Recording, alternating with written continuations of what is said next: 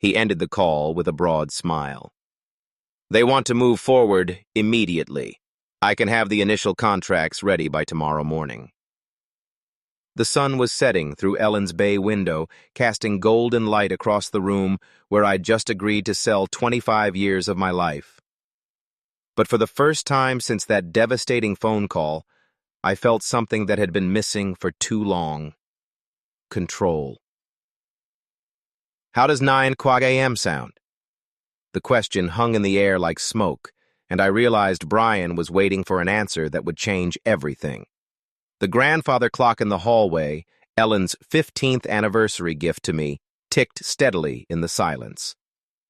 9 a.m. sounds perfect. After Brian left with promises of contracts and closing timelines, I stood alone in the house that would soon belong to someone else. The evening light through Ellen's windows painted everything golden, like a photograph of a life I was about to leave behind. But it wasn't sadness I felt, it was anticipation. Brian arrived the next morning with contracts, a notary, and coffee for everyone, the kind of professional efficiency I'd always respected. I read every line with the thoroughness that had made me a good engineer, checking details the way I used to check blueprints. Sale price $890,000. Cash purchase. Closing date 10 business days from signing. The notary, a middle-aged woman with kind eyes, walked me through each signature. Minimal contingencies, just the title search and final walkthrough, and I could remain in the house for 30 days after closing if needed. That's correct, Mr. Hayes. Though most sellers prefer to move out sooner rather than later, just for peace of mind. Peace of mind. I almost laughed. The only peace of mind I'd have would come from seeing Caitlyn and Jeremy's faces when they discovered what their burden had done.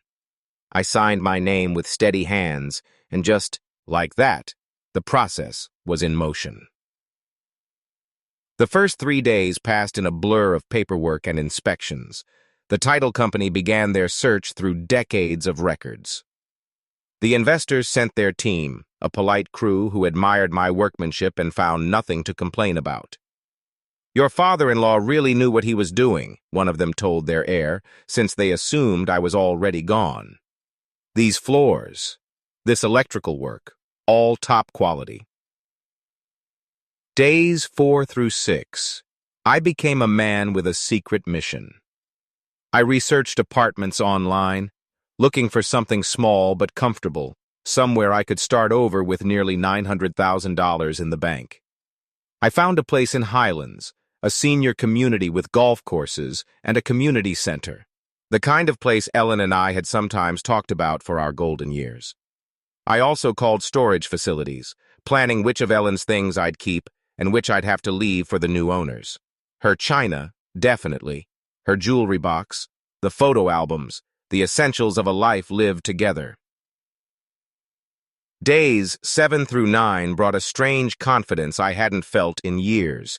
Each morning I woke up knowing I was one step closer to freedom, one step closer to showing my daughter that her confused old father was sharper than she'd ever imagined.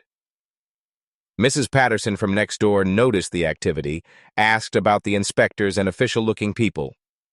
Just some work being done, I told her, hating the half-truth, but knowing the full truth would spread through the neighborhood before I was ready. On day 8, Brian called with final confirmation.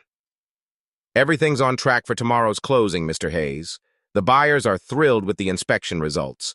Wire transfer will be completed the same day. You'll have access to funds immediately. That night, I packed a single suitcase with clothes and personal items, not because I was movies, yet, but because I wanted to be ready for anything. I looked at Ellen's photo on our dresser and whispered, I hope you understand what I'm doing. I'm an engineer. Was an engineer. I believe in building things right the first time. It shows. He gestured toward the living room. May I? I nodded, following him as he admired the open floor plan, the built-in bookcases flanking the fireplace, the way Ellen's decorating choices had turned our construction project into a home. This bay window? Custom work? Built it for my wife. She wanted a reading nook. I could picture her there with her mystery novels and afternoon tea, her reading glasses perched on her nose. Brian was taking measurements now, his excitement barely contained. "Mr. Hayes, I need to show you some comparable sales." He pulled up listings on his tablet. Similar properties in this area have been selling for $850,000 to $920,000. My chest tightened. That was more than Caitlyn and Jeremy had estimated in their cruel conversation. But given the condition and custom features of your home, I'm thinking we price it at $890,000. That should move it quickly while getting you top dollar. $890,000.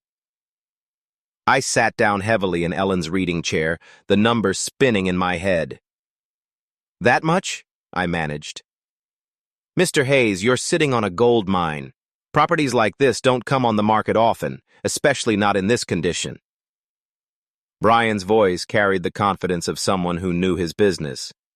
"I actually have an investment group that's been looking for exactly this type of property." "What kind of investment group?" "They specialize in high-quality rental properties in established neighborhoods. They pay cash, no financing contingencies, no repair negotiations. They can close in 10 business days. 10 business days. Caitlyn and Jeremy would return from Phoenix in 8 days, expecting to find their grateful, manageable father, ready to be shipped off to their resort. What's the catch? Why so fast? Brian smiled. No catch. Cash means no loan delays, no appraisal contingencies that could kill the deal. They do their own inspections, but frankly, your house is in better shape than most new construction I see. I looked around the living room where Caitlyn had taken her first steps, where Ellen and I had hosted Christmas mornings and birthday parties and quiet Sunday afternoons reading the paper together. When would I need to be out? Standard contract gives you 30 days after closing, but they're flexible if you need more time. The main thing is getting clear title and completing the paperwork. I thought about Caitlyn's voice on the phone calling me sweet while planning to steal my life. I thought about Jeremy's cold calculation reducing me to a burden to be managed. I thought about Ellen's warning about being too generous, too trusting. Let's do it! Brian's professional mask slipped for just a moment, revealing genuine excitement. Excellent choice, Mr. Hayes. Let me call them right now. I watched him dial, heard him describe my property with the enthusiasm of someone who'd found buried treasure. Cherry Creek area, original owner, immaculate condition, custom features throughout. 10 days? My heart hammered against my ribs. 10 days? That fast? Absolutely. Denver's market is incredibly hot right now, especially for well-maintained properties in established neighborhoods. Can you tell me a bit about your house? I looked around my kitchen, seeing it through a buyer's eyes for the first time. 2-story, 3,400 square feet, built in 1999, Cherry Creek area, 3 bedrooms, 2.5 baths. I've maintained it well. Did most of the work myself over the years. Brian's voice sharpened with interest. That sounds exactly like what several of my investors are looking for. Original owner, well-maintained, established neighborhood. Those are premium selling points. Would you be interested in a property assessment? How quickly could you come by? I can be there this afternoon if you're available. Say 3 o'clock? I glanced at the clock. It was just past noon. 3 o'clock works perfectly. Let me give you the address. After I hung up, I sat in the sudden quiet of my kitchen, the magnitude of what I'd set in motion beginning to settle in my chest. In 3 hours, a stranger would walk through the house Ellen and I had built together, assigning dollar values to our memories.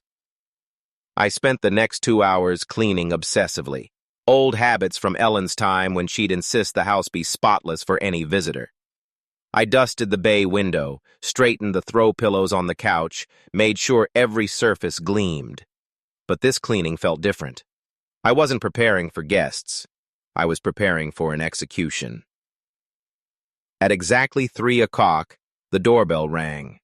I smoothed my shirt, took a deep breath that carried the scent of Ellen's lavender sachets still tucked in the linen closet, and walked toward the front door. My hand trembled slightly as it closed around the brass doorknob I'd installed myself 15 years ago. Beyond this door waited either my salvation or my damna. Tian. I turned the handle and opened the door to my future. Brian Connor looked exactly like his photo, professional but approachable, early 40s, with the kind of confident bearing that came from years of successful deals. He carried a leather portfolio and tablet, and the moment he stepped inside, his eyes went wide. Wow! He stopped in my entryway, his gaze traveling up the crown molding I'd installed by hand to the hardwood floors Ellen and I had selected together. Mr. Hayes, this is exactly what I was hoping for. I watched him take in the details, the way the afternoon light streamed through Ellen's bay window, the seamless flow from living room to dining room that I'd achieved by removing a load-bearing wall and installing a beam. His appreciation was genuine, professional. You weren't kidding about maintaining this place. He pulled out his tablet and started taking photos. These hardwood floors throughout. Original? Installed them myself in 2001. Ellen wanted something that would last, so we went with 3/4-inch solid oak. I found myself falling into the familiar rhythm of discussing my work, proud despite everything that was happening. And this kitchen? Brian stopped at the granite countertop, running his hand along the edge. Custom installation, every inch. Ellen picked the pattern, said the gold veining reminded her of sunlight. My voice caught slightly. I spent 3 weekends getting the measurements perfect. Brian was typing notes on his tablet, photographing the custom cabinets, testing faucets and outlets with the thoroughness of someone who knew what buyers wanted. Mr. Hayes, I have to be honest with you. In my 15 years doing this, I rarely see properties maintained to this standard. We've already made all the arrangements. When were you thinking? Well, we should be back by next Friday, Caitlyn said. We were hoping you could be ready by then. Just pack some clothes and personal items. You know, the essentials. The essentials. Not the photo albums Ellen had lovingly arranged. Not the furniture I'd built with my own hands. Just the essentials for an old man being shuffled off to die. Actually, Caitlyn, I have a surprise for you too when you get back. Oh, Dad. What kind of surprise? She sounded genuinely pleased, probably imagining I'd signed papers or made their job easier somehow. I walked to the bay window I'd built for Ellen, looking out at the garden she'd planted, the porch swing where we'd spent countless evenings planning our future. It's something I've been working on since our last conversation. I think you'll be very surprised. You're so sweet, Dad. We'll talk about everything when we get home, okay? Get some rest, and we'll take care of everything else. Sweet. She called me sweet while planning to steal my life. I will, sweetheart. I love you. Love you too, Dad. See you Friday. The line went dead, and I set the phone down with hands steadier than they'd been in weeks. I walked to my home office and opened my laptop, the screen glowing to life with possibilities I'd never considered before. My fingers hovered over the keyboard for just a moment before I typed, Real Estate Agents, Denver. The search results filled my screen like ammunition in a war I was finally ready to fight. I'd always been methodical. 25 years as a construction engineer had taught me to research thoroughly before making any decision. Tonight, that methodical nature would serve a different purpose. I clicked through agent profiles, comparing success rates and client testimonials like I used to compare structural steel suppliers. Cherry High, Ella's, Highlands Ranch, University Hills, neighborhoods where houses sold for the kind of money Caitlyn and Jeremy were already spending in their dreams. One name kept appearing in the top results. Brian Connor, 43 years old, specialized in quick sales, averaged 18 days from listing to closing. His photo showed a professional smile and confident eyes, the kind of man who could make things happen fast. His testimonials were exactly what I needed to see. Brian sold our house in 6 days. Cash buyer lined up within 48 hours. Smooth closing, no complications. I stared at his direct phone number prominently displayed beneath his credentials. This was it, the moment that would set everything in motion. Once I made this call, there would be no going back to being the grateful, manageable old man my daughter expected. Ellen's photo on my desk seemed to be watching me. I could almost hear her voice. "Roy, are you sure about this?" I was sure. More sure than I'd been about anything since her funeral. I dialed Brian Connor's number with steady fingers. "Brian Connor, Connor Real Estate. How can I help you?" "Mr. Connor, my name is Roy Hayes. I'm interested in selling my house quickly. How fast can these things actually happen?" "Well, Mr. Hayes, that depends on several factors, but with the right property and pricing strategy, I've closed deals in as little as 10 days with cash buyers. What kind of timeline are you looking at?" We spent the next hour discussing practicalities, market value estimates, cash buyer networks, legal requirements. Todd explained that he could have everything prepared within 24 hours if I was serious about proceeding. "The consultation fee is $200, Todd said as I prepared to leave. "If you decide to move forward, that applies toward my legal fees for the sale." I paid in cash, feeling more clear-headed than I had in months. Walking to my truck in the spring sunshine, I felt my phone buzz in my pocket. Caitlyn's name appeared on the screen, and for the first time since her betrayal, I smiled. The phone rang once, twice, 3 times. I could picture her in some hotel lobby in Phoenix, probably checking her watch, wondering why her grateful old father wasn't jumping to answer her call. Let her wonder. Let her and Jeremy make their plans about my future, my house, my life. They were in for the surprise of their lives. The phone kept ringing as I climbed into my truck, Todd Fisher's business card secure in my wallet, and a plan forming in my mind that would teach my ungrateful daughter exactly who she was dealing with. I had built my life from nothing once before. I could certainly tear it down and rebuild it on my own terms. The phone finally stopped ringing, but I knew she'd call back. She always did when she needed something from the old man. This time, she was going to get much more than she bargained for. By the time I reached my driveway, confidence had replaced the tremor in my hands. Todd Fisher's words echoed in my mind. "It's your property, your decision." 25 years of doubt and second-guessing had lifted like Denver fog in the morning sun. I was unlocking my front door when the phone rang again. Through the window, I could see it buzzing against the kitchen counter where I'd left it. Caitlyn's name glowed on the screen, and for the first time since her betrayal, I smiled. Let her stew for a moment. Let her wonder why her grateful old father wasn't scrambling to answer. I poured myself a glass of water, took a deep breath, and picked up on the 6th ring. "Dad, there you are." Caitlyn's voice practically sparkled with artificial enthusiasm. "I was starting to worry when you didn't answer earlier." "Sorry, sweetheart. I was out running some errands." I kept my tone warm, grandfatherly. "How's Phoenix treating you?" "Oh, you know how these business conferences are. But listen, I have the most wonderful news."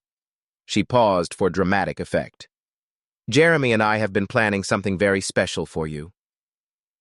I gripped the phone tighter, my knuckles going white. "Oh?" "We want to treat you to a vacation. You deserve some rest and relaxation after everything you've been through since Mom died." Her voice carried that practiced sympathy I now recognized as manipulation. "There's this beautiful place we found.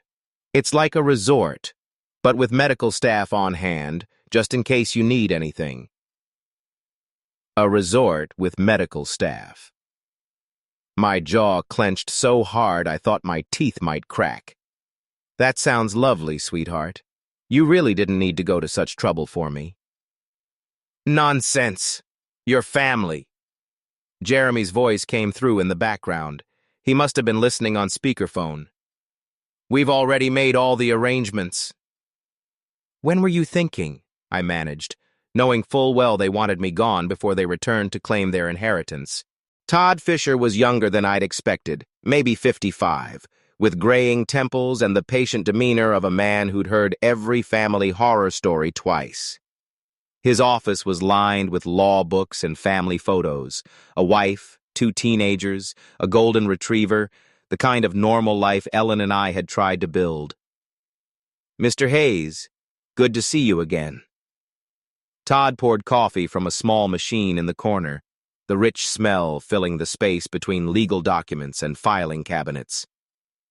I remember you and Ellen from a few years back. I'm sorry for your loss. Thank you. I accepted the coffee, surprised by how steady my voice sounded. I need to discuss something delicate about my daughter and son-in-law. Todd settled behind his desk, pen ready. I'm listening. I told him everything. The phone call, the overheard conversation, their plans to sell my house and put me in a nursing home. Todd's expression never changed, but I caught him shaking his head slightly when I described their eagerness to spend my money on their Boulder dream house. Unfortunately, Mr. Hayes, this scenario is more common than you'd think. Todd set down his pen and leaned back in his chair. Adult children often assume they know what's best for their aging parents, especially when valuable assets are involved. But they can't actually do anything, can they? I mean, legally? Let's start with the basics. The house is titled in your name only since your wife's passing, correct? That's right. Ellen and I owned it jointly, but when she died, it transferred to me automatically. Then, legally speaking, your daughter and son-in-law have absolutely no claim to your property. They cannot sell it, cannot force you into a care facility, cannot make any decisions about your assets without your explicit consent. Todd pulled a legal pad from his drawer and began making notes. The house belongs to you. Period. Relief flooded through me, followed immediately by something sharper. So if I wanted to sell it myself, you could put it on the market tomorrow if you chose to. It's your property, your decision. Todd looked up from his notes. May I ask why you're considering that option? I thought about Caitlyn's laugh when she'd called me a burden, about Jeremy's cold calculation of my worth, about 25 years of sacrifice reduced to a real estate transaction. They think I'm helpless, confused. They think they can manage me like a piece of property. My hands clenched around the coffee cup. Maybe it's time I showed them exactly how sharp my mind really is. Todd was quiet for a moment, studying my face. Denver's housing market is incredibly strong right now, especially in your neighborhood. Properties are selling within days, often for cash offers above asking price. He paused. If you were serious about selling quickly before your daughter and son-in-law return from their trip, how quickly could it happen? With the right buyer, and there are plenty of investors looking for properties like yours, we could have a sale completed within a week, maybe less. Todd leaned forward. But Mr. Hayes, this is a major decision. Once you sell, there's no going back. I built that house with my own hands, Mr. Fisher. Every board, every nail, every custom detail. I know exactly what I'm doing, and it was. I'd made it a perfect replica down to the little bay window in what represented her bedroom. That bay window had cost me 6 months of overtime. Ellen had seen it in a magazine and fallen in love with the idea of reading there in the afternoons. I'd learned to cut angles I'd never cut before, measured and remeasured until my back ached from crawling around the frame. Roy, we can't afford this. Ellen had worried when she saw me marking measurements on the wall. "You want it? You'll have it," I told her. "I'll make it work." I climbed the stairs to Caitlyn's old room, still painted the soft yellow she'd chosen for her 16th birthday, still decorated with photos of her high school friends and college memories. The room where I'd rocked her through colicky nights as a baby, where Ellen and I had helped her with algebra homework at the small white desk I'd built to fit perfectly under the window. The master bedroom was the hardest. Ellen's side of the bed still had her water glass on the nightstand, her bookmark still marking page 247 of the novel she'd never finish. I'd built these walk-in closets with my own hands, custom designed to fit Ellen's height perfectly. Her clothes still hung there, still smelling faintly of her perfume. This was the room where we'd planned our future, where we'd whispered about our dreams for Caitlyn, where Ellen had died holding my hand while machines beeped around us. "Promise me you won't let them take advantage of you," she'd said near the end, her voice barely a whisper. "You're too good, Roy.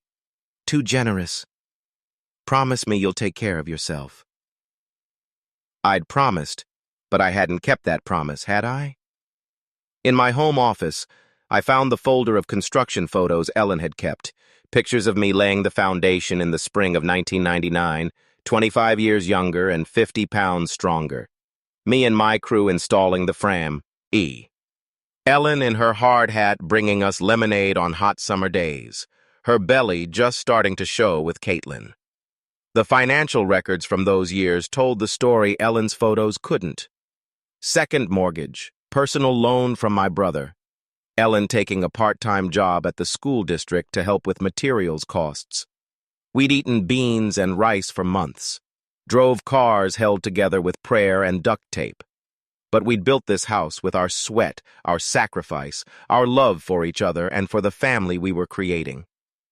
And now my daughter, the baby who'd taken her first steps in this kitchen, the child who'd played in the yard I'd landscaped by hand, wanted to sell it all and put me away like an inconvenient piece of furniture.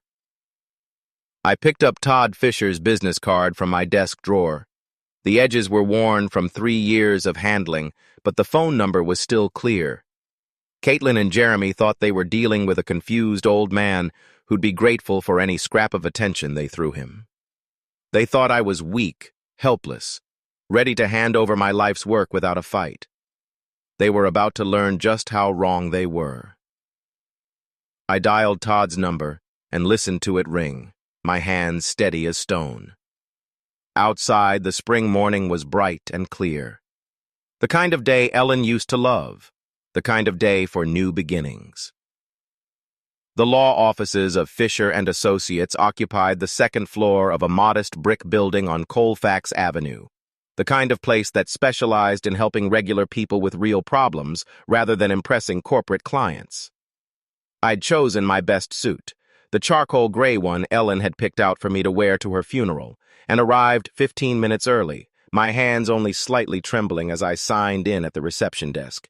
Found the bank statements from 2 years ago after Jeremy lost his financial advisor position for reasons they never fully explained. They'd moved in temporarily, just until Jeremy found something new. I'd never charged them rent. I'd paid the increased utility bills, bought groceries for 3 adults instead of one lonely widower. Jeremy would pat my shoulder and call me the most generous man in Colorado. Caitlyn would hug me and say, "Dad, we'll pay you back when we get on our feet." They'd been on their feet for over a year now, both working good jobs, both making more money than I ever had. But they'd never mentioned moving out, never mentioned paying me back. The anniversary dinner I'd paid for last month, $200 at that fancy steakhouse downtown, because Jeremy said they deserved to celebrate. The car repair bill I'd covered when Jeremy's BMW needed a new transmission, $3,000 that cleaned out my emergency fund. "Roy's like a father to me," Jeremy had told his friends at their last barbecue, his arm around my shoulders. "I'm so lucky to have married into this family." I'd been proud, actually proud, to be the generous father-in-law, the man who took care of his family no matter what it cost him. I walked upstairs to Ellen's and my bedroom, still unchanged after 2 years. Her jewelry box sat on the dresser, her reading glasses folded beside the lamp. I opened the bottom drawer where I kept our important papers and pulled out our original house deed. Roy and Ellen Hayes, purchased 1999. No liens, no co-signers, no complications. My name only now that Ellen was gone. Standing there in the bedroom where Ellen had spent her last days, surrounded by everything we'd built together, I felt something shift inside me. The hurt was still there, sharp as broken glass, but underneath it something harder was forming.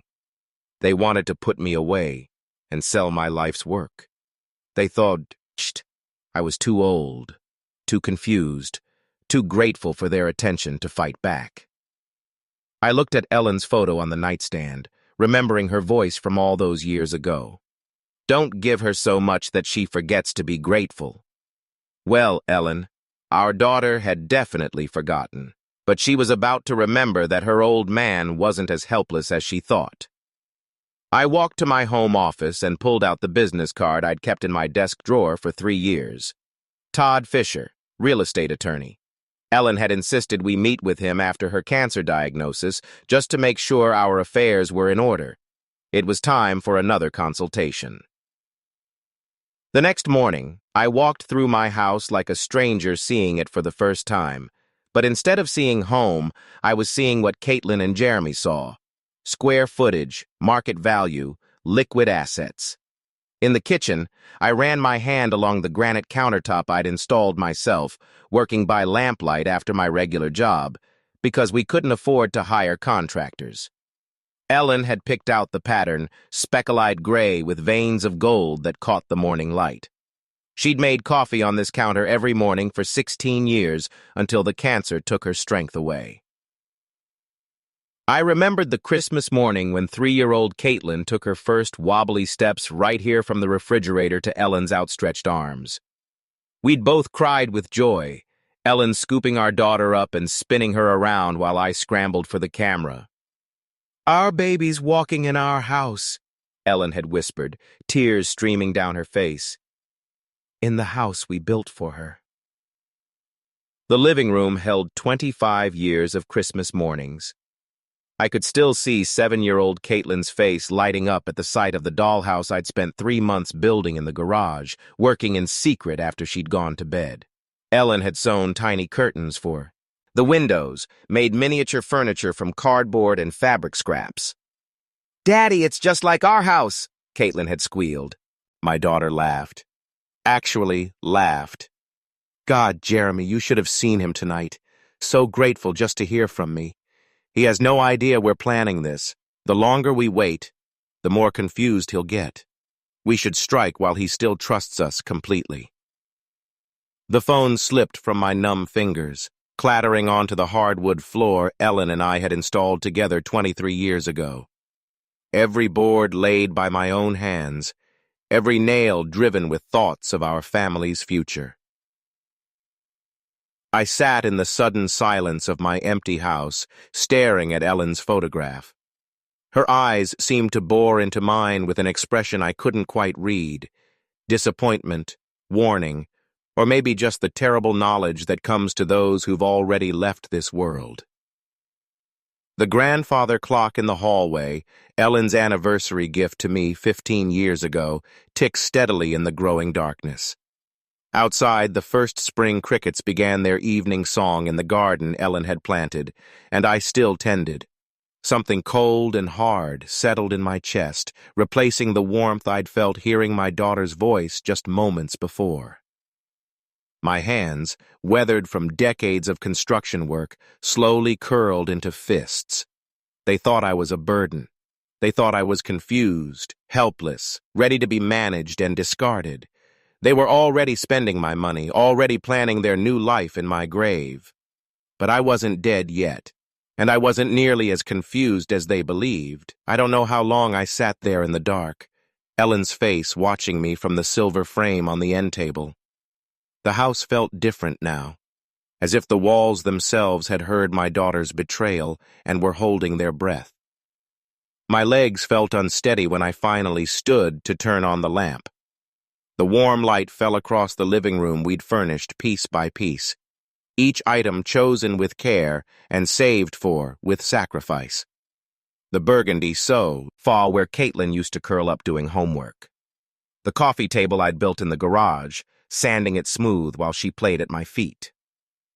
I walked to the kitchen and opened the drawer where I kept old receipts and papers. My fingers found the folder I was looking for without conscious thought. 20 years of financial records I'd never thrown away because Ellen always said, "You never know when you might need them." University of Colorado tuition receipts, $48,000 over 4 years. I remembered those double shifts, coming home with concrete dust in my hair and plaster under my fingernails. Ellen would have coffee waiting and would massage my shoulders while I paid bills at this very kitchen table. "Roy, you're working yourself to death," she'd said one night, watching me calculate how to afford Caitlyn's spring semester. "She deserves better than we had, Ellen. She's smart enough for anything." Ellen had kissed the top of my head. "Just don't give her so much that she forgets to be grateful." I should have listened. God, I should have listened. The wedding receipts were in there too, $32,000 for one day. I told Caitlyn we could afford $5,000, maybe $8 if we stretched. But she'd cried, actually cried, about wanting her dream wedding. I'd worked weekends for 6 months installing hardwood floors for a contractor friend who paid me under the table. "Daddy, you're the best father in the world," she'd whispered during our dance, her head on my shoulder, her wedding dress rustling against my rented tuxedo. I'll never forget this. But she had forgotten. Just like she'd forgotten who co-signed her first car loan when her credit wasn't good enough. Just like she'd forgotten who made the calls to get her that marketing job when she was unemployed for 8 months after graduation. My daughter forgot to hang up the phone. I heard it's time for him to go to a nursing home. He's a burden. I didn't say anything, but at that moment, something in me broke. I sold the house for $890,000. They came back from a business trip smiling, but there was a surprise waiting for them. The keys did not fit the door. They found a note on the doorstep, and after reading it, they started screaming. And then I realized they wouldn't just leave it alone. This was just the beginning. The phone rang just as I was scraping the last of the meatloaf from my plate. Ellen's meatloaf recipe, though mine never tasted quite right without her touch.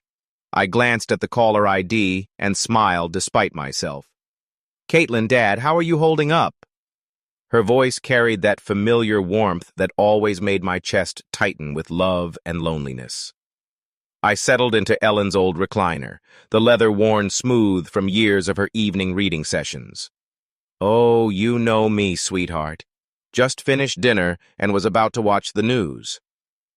I didn't mention it was leftovers from 3 days ago, or that I'd been staring at Ellen's photo on the mantel for the better part of an hour. "Are you eating enough? You know, you can always order groceries online now, right? I showed you the app." "I'm eating plenty," I interrupted gently, "though I had a little scare yesterday. Forgot to turn off the burner under my coffee pot. Good thing I smelled it burning from the living room." There was a pause. I could picture her frowning in that way she'd inherited from her mother, the same little crease between her eyebrows. "Dad, maybe we should talk about getting someone to check on you more regularly." "Jeremy thinks I'm fine, Caitlyn. Really? How's your business trip going? You're in Phoenix, right?" "Yes, the conference ends tomorrow. Jeremy's been handling most of the client meetings while I sit through the endless presentations about digital marketing trends." She laughed, but it sounded forced. "Listen, Dad, I should probably get going. Jeremy and I have dinner plans with some potential investors." "Of course, sweetheart. I love you." "Love you too, Dad. Take care of yourself, okay?" I heard a click, then rustling sounds. She must have dropped the phone in her purse, I thought, reaching to hang up my end. But then I heard voices, muffled but clear enough through her phone's microphone. "Jeremy, you see how he's deteriorating?" Caitlyn's voice, no longer warm and caring. He forgot to turn off the stove yesterday. What if he burns the house down? My hand froze on the receiver. Ice spread through my chest. It's time for a nursing home, Caitlyn. Jeremy's voice, cold and matter-of-fact. He's becoming a burden, and you know it. Your dad's a good man, but he can't live alone anymore. The house is worth almost $1 million now. Caitlyn's tone had shifted to pure calculation. With Denver's market, we could probably get $900,000, maybe more. Exactly. Jeremy sounded pleased. We could sell it, put him somewhere decent, not too expensive, and finally buy that house in Boulder we've been looking at, the one with the mountain view.